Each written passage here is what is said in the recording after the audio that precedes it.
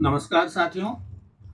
आ, आज से मैं अपने चैनल पर कुछ कंटेंट हिंदी का भी डाल रहा हूं और इसमें मिथिला के क्षेत्र के गीत संगीत, रीति रिवाज, पर्व त्योहार आदि के बारे में श्रृंखलाबद्ध एक एक कड़ी में आप लोगों को जानकारी देने की कोशिश करूंगा।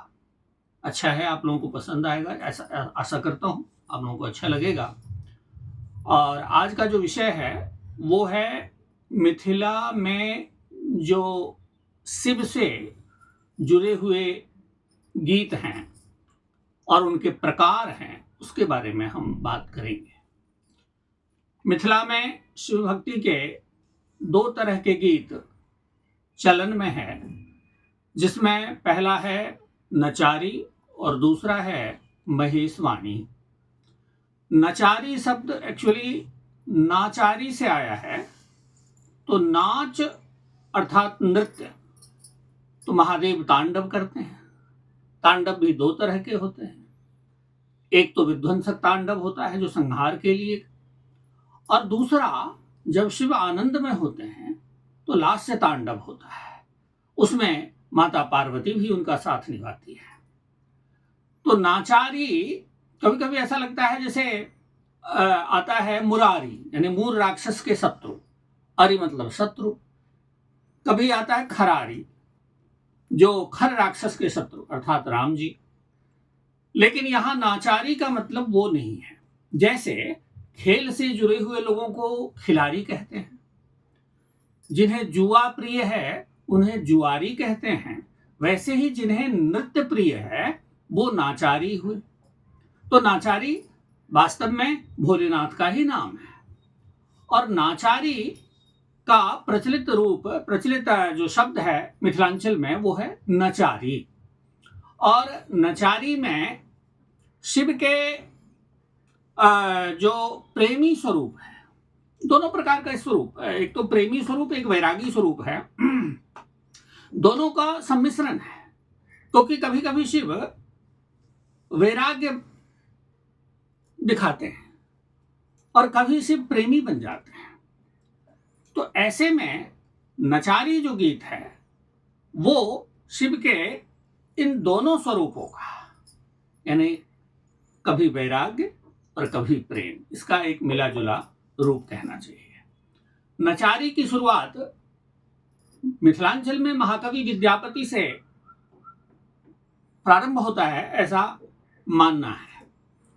और उन्होंने एक प्रचलित नचारी लिखा था जो हमारे क्षेत्र के मिथिलांचल के गायक कुंज बिहारी जी, हरिनाथ झा जी, इन लोगों ने गाया है। और वो है कि महादेव को माता पार्वती एक बार नृत्य के लिए उकसाती है और कहती है कि आज नाथ एक व्रत महासुख पायब है, आहे तोहे शिव धरु नटवेश कि डमरू बजायब है। अर्थात कि हे महादेव, आज मेरा एक व्रत है तो मुझे बहुत अच्छा लगेगा यदि आप नट का वेश अर्थात नृत्य स्वरूप में को धरें और मैं डमरू बजाऊं।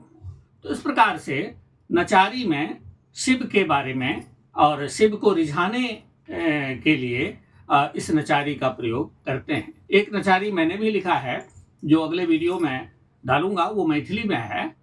उसमें ये कहा गया है कि हे महादेव, अब तो जाग जाइए, दीन दुखियों को की दशा को देखकर अब तो आके उबार लीजिए। इस तरह से, जिसके बोल हैं भोला आबहु जागुयो, देखी दशा दीन के बाबा, देखी दशा दीन के बाबा, आबे उबारुयो, भोला आबहु जागुयो। तो ये नचारी मैंने लिखा है। तो इस प्रकार से नचारी के का स्वरूप है। दूसरा स्वरूप है महेशवाणी। महेशवाणी से को सुनने से ऐसा लगता है कि महेश की वाणी, यानी महादेव के शब्द। लेकिन ऐसा यहां नहीं है, यहां महेश के लिए वाणी, यानी महेश के लिए जो कहा गया है, खासकर उनके विवाह के समय जब पार्वती से शिव का विवाह निश्चित हुआ, तो जो बारात आई और शिव का जो वह डरावना स्वरूप लोगों ने देखा, जिसमें शिव बड़े विकट वेश में थे, पूरे अंग में विभूत लगाए हुए, गले में सर्प की माला है, और वस्त्र के नाम पर बाघंबर। तो इस प्रकार से जो राज महल में पली बढ़ी पार्वती और उनका विवाह ऐसे बैरागी शिव से हो और इस विकट स्वरूप में हो, तो ये बात न मैनावती को मंजूर हुआ और न नगर के लोगों को। नगर के लोग तो देख के भाग गए, मैनावती बेहोश हो गई। तो ऐसे में इस महेशवाणी में ये बताया जाता है कि मैनावती की चिंताएं, लोगों के जो इस बारे में धारणा थी, इस बारे में बताया जाता है। जिसका एक उदाहरण आप कह सकते हैं, महेशवाणी का एक उदाहरण तो है कि जैसे शारदा सिन्हा जी ने गाया है कि शिव सा गौरी ने बियाहव हम जहरवा खेबे ना, अर्थात ऐसे महादेव से मैं गौरी को की शादी नहीं करूंगी। और दूसरा, हमने ही आज रहब यही आंगन जो बूढ़ होयता जमाए, यानी ऐसे वृद्ध और विकट वर से मैं तो, अगर गौरी की शादी हुई तो मैं इस घर में नहीं रहूंगी आज से।